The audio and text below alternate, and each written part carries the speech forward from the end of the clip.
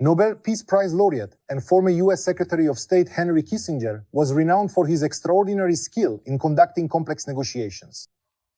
It is said that once he explained that you can convince your interlocutor of almost anything. Imagine you need to convince the president of France to marry his daughter off to a Siberian lumberjack, he would say. At first glance, this seems impossible, but I go to the president of France and say, listen, marry your daughter to a Siberian lumberjack. Of course, he replies, nonsense, I don't need that. Then I add, but what if he owns all the banks in Switzerland? Well, that changes things. The president of France replies. Then I go to the Swiss banks. How about being managed by a Siberian lumberjack? Naturally, they refuse. But I add, what if he becomes the son-in-law of the president of France? Well, that changes things, the bankers say. Then I go to the Siberian lumberjack, a strong, handsome man, and I say, do you want to marry the daughter of the president of France? He says to me, and why would I need that? And I tell him, you'll be in charge of all the banks in Switzerland. He says, that changes things. And finally, the most interesting part, I go to the daughter of the president of France and propose that she marry the owner of all the Swiss banks. She says, all those financiers are Poles. And I tell her, but what if he's also a big, burly Siberian guy? And then she replies, now that changes things. This story perfectly illustrates how our attitude toward everything that happens changes when we have additional information. Events that seem practically impossible can actually become quite possible. For example, it's highly unlikely that the sun, earth, and moon would line up in a straight line at any random moment. However, on the 4th of December, 2021, the probability of this event increases significantly. The thing is, on this very day, a total solar eclipse is expected, and the moon will block the sun from our view for a short time. Today, I will explain the mathematical laws that govern how the probabilities of events change when additional information becomes available. Suppose you have two cardboard boxes filled with fruit. In the small box, there are 5 apples, and in the other, larger box, there are 20 oranges. The apples are red, juicy, and of course, all the fruit is very ripe. So let's highlight the box with apples in red and the box with oranges in orange. So we have 25 fruits. Let's close our eyes and randomly pick out one fruit. What is the probability that the fruit we pick is an apple? Obviously, it's 5 out of 25, or 1/5. After all, there are only 5 apples out of 25 fruits. Let's put the orange back in the box and wait a week or two. During this time, unfortunately, some of the fruits have spoiled. Almost all the oranges have rotted. Only 4 of them haven't spoiled. But only 1 apple is gone. Again, let's close our eyes and randomly pick out a fruit. We remember that the probability of picking an apple is 1/5. But what if we got lucky and the fruit we picked turned out to be whole and unspoiled? Many people believe that this information increases the chances of picking an apple. And that's absolutely correct. After all, almost all the oranges are gone. Indeed, since we have a whole unspoiled fruit in our hands, let's hypothetically erase those parts of the boxes where the spoiled fruits were. Out of the remaining 4 apples and 4 oranges, the probability of picking an apple is 4 out of 8, that is 1/2. In probability theory, this is usually written as follows. This probability is called conditional probability. It is read as the probability of drawing an apple given that the fruit drawn is not spoiled is 1/2. Now let's move on to Bayes' formula, which allows us to find exactly the conditional probability. On the left side of the formula is the probability of event A given that event B has occurred. To find this value, you need to know the 3 numbers that are on the right side of the formula. The probability of event B given that event A has occurred, the probability of event A, and the probability of event B. For example, earlier we found the probability that the drawn fruit is an apple given that it is not rotten. Let's find this same probability using Bayes' formula. Step 1. Let's find the probability of drawing a non-rotten fruit given that we picked an apple. Since only 1 out of 5 apples is rotten, this probability is 4/5. Step 2. Let's find the probability that the drawn fruit is an apple. We have already answered this question. Out of 25 fruits, only 5 are apples. Therefore, this value is 5 out of 25, or 1/5. And finally, step 3. Let's find the probability that the drawn fruit is not rotten. This value is also easy to find, since over 2 weeks out of 25 fruits, only 4 oranges and 4 apples have spoiled.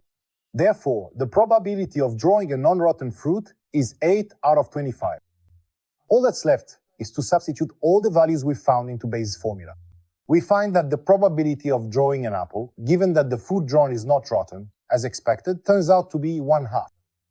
In general, the mathematical meaning of Bayes' formula is that it allows us to refine the probability of a random event when additional information becomes available. In other words, suppose you know the probability of a certain event A. It may be high or, on the contrary, low. You can't change it in any way. But if you suddenly find out that some other event B has occurred, remember how it was in our story? And if he's also a big burly Siberian guy, then that changes things.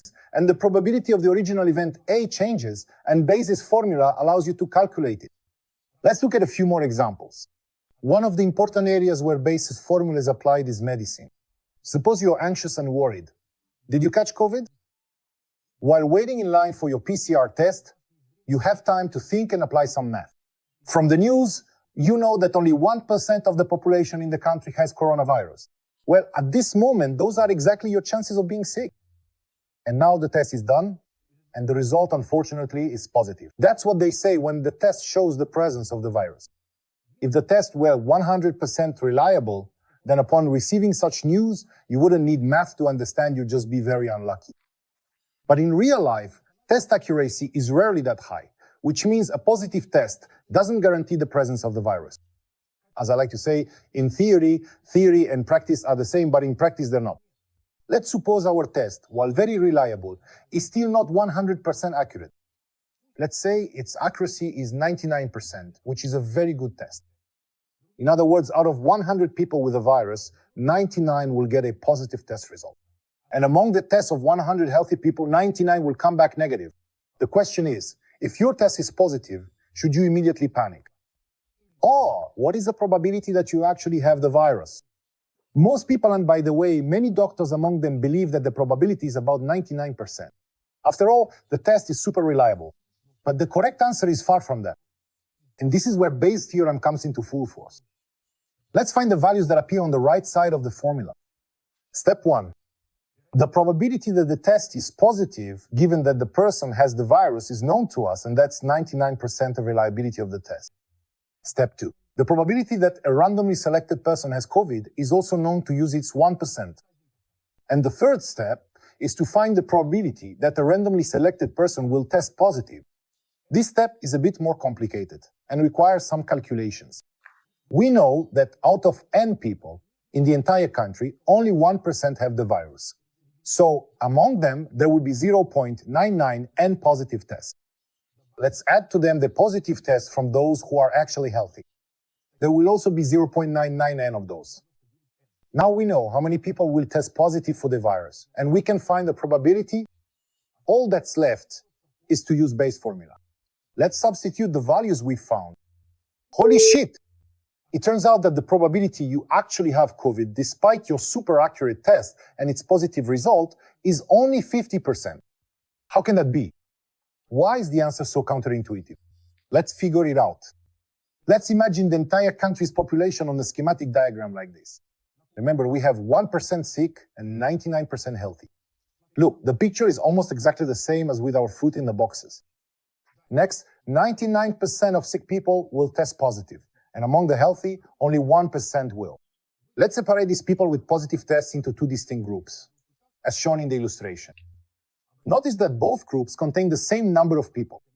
Now, let's suppose you have a positive test result. What does that mean? It means you are one of these people in the highlighted groups, and we're only talking about them. For now, we can just forget about the others with negative tests. So we're left with people who have a positive test, and you are one of them. But now it's clear that your chances of being among the sick or the healthy are equal. In other words, despite a positive result and a very reliable test, the chances of actually being sick are only 50%. That's how it is. The German philosopher Immanuel Kant was absolutely right 1,000 times over when he said that every science contains only as much truth as there is mathematics in it. By the way, Thomas Bayes, the author of the formula we discussed today, lived in 18th century England and worked as a church minister. During his lifetime, he published only 2 works. One of them was theological, and the other was mathematical, which, by the way, was published anonymously and had nothing to do with probability theory at all. Bayes derived his famous formula later, and it only became known after the author's death. Time has proven the unique significance of Bayes' formula, which has gone far beyond the boundaries of probability theory. In modern science, there are concepts such as Bayesian statistics, Bayesian analysis, Bayesian inference, and others. Many of today's popular methods in machine learning and artificial intelligence systems also fundamentally rely on Bayes' ideas. Bayes' formula helps us to revise probabilities when new facts emerge. And although it appears quite simple, the conclusions drawn from it often seem unnatural to many people. Many are confused by the fact that something very small divided by something very large is often almost equal to something very large divided by something very small. But that's exactly how the laws of multiplication work. If you understand this, it becomes harder to manipulate you. And that's something dishonest or incompetent politicians like to do. Often, these two groups overlap. Therefore, if you understood this lecture, our chances of fighting deception and stupidity will increase dramatically, which is exactly what we set out to prove. Today's homework assignment is as follows. Problem 1. What is the probability that A 6 was rolled on a die, given that the number rolled is even? B, a randomly drawn card from a deck is a diamond, given that it is an ace. C, a randomly selected person was born in winter, given that their birthday falls on the 31st. Problem 2. Masha bought 2 new pens on red and 1 blue and put them in her pencil case where there was already an old blue pen. In class, Masha randomly pulled a pen out of the case and it turned out to be blue. What is the probability that it was a new pen? Problem 3. During a seasonal outbreak, 5% of the population contracted the flu. An express test for influenza shows a positive result in a patient with influenza with a probability of 90% and in a healthy person with a probability of 1%. A, what is the probability that you are really ill with the flu and got a positive result of the express test? B, what is the probability that you are really healthy if you received a negative result of the express test? That's all. Thank you. And be healthy.